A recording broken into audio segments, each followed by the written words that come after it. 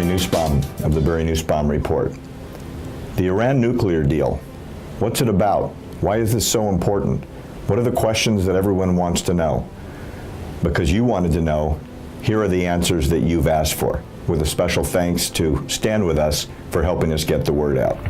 We, the German Führer and Chancellor, and the British Prime Minister have had a further meeting today and are agreed in recognizing that the question of Anglo-German relations is of the first importance for the two countries and for Europe.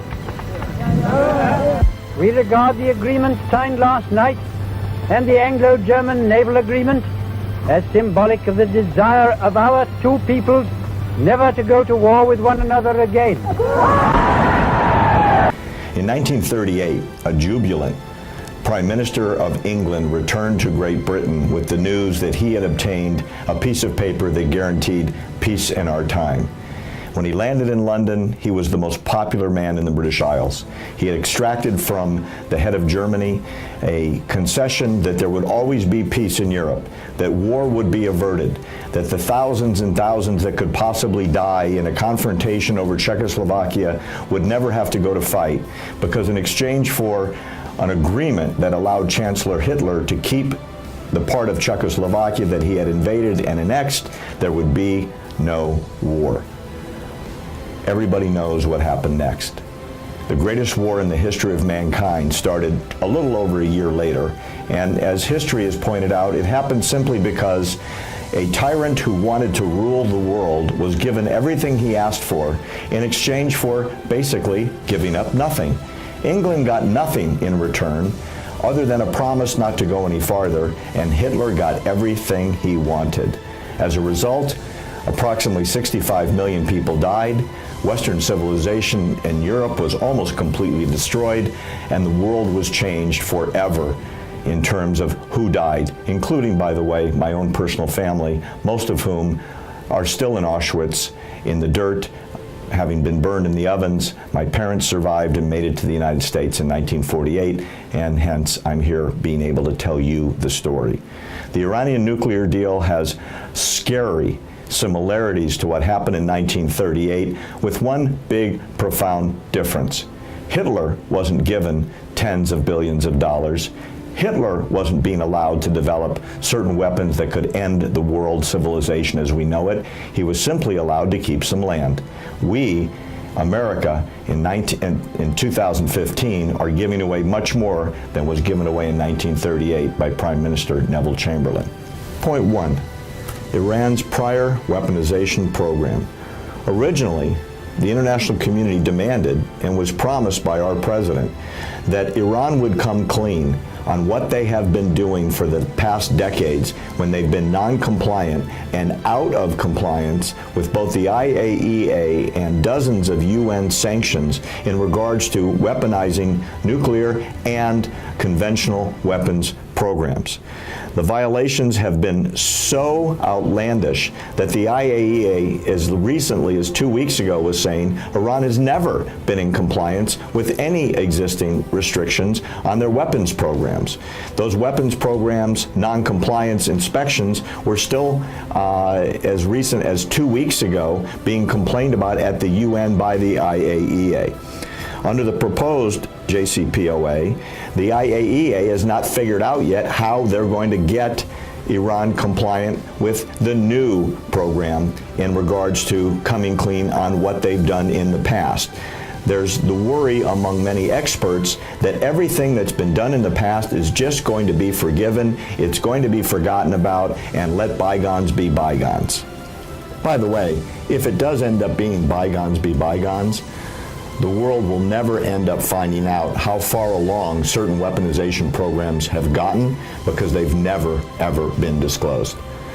Point two, death to America, death to Israel, is the motto of Iran.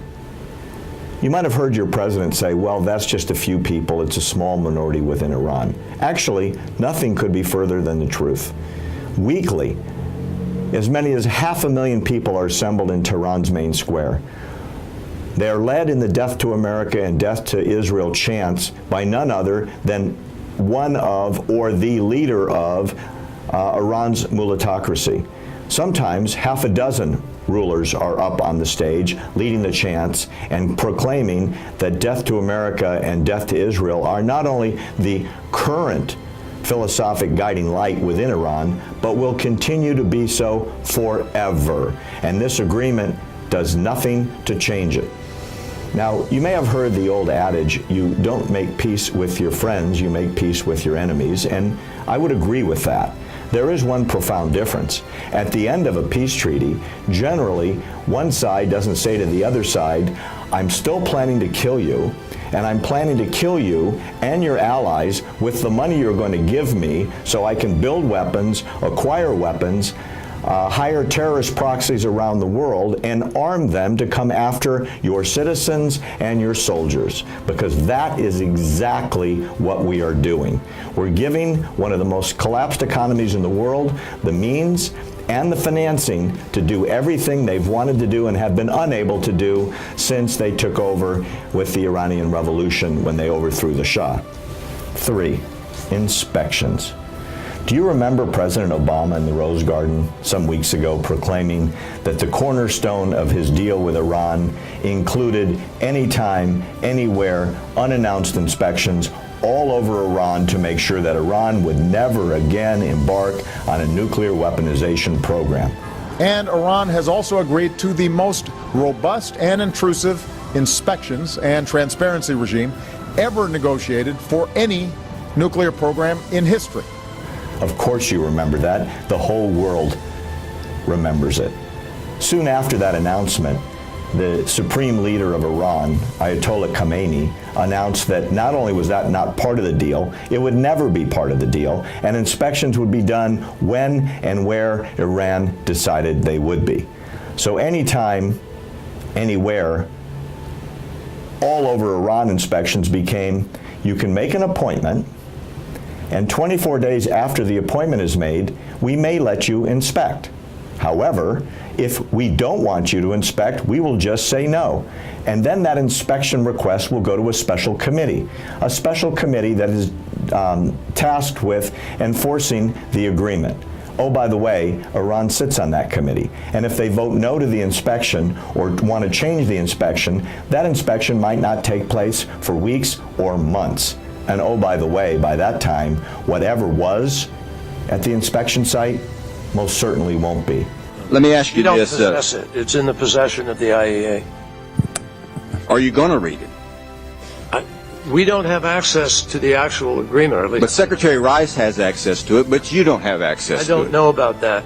Just the other day, the Associated Press broke the story. They got a hold of the first secret side agreement. And this side agreement is shocking. What it says is that Iran, as promised, would not let IAEA inspectors on the military sites, which, by the way, are the sites that contain all of the advanced centrifuges, the ones they will never give up, and they will conduct inspections on their own basis, on a timetable they determine, and they will report to the IAEA if they find anyone in Iran violating this agreement.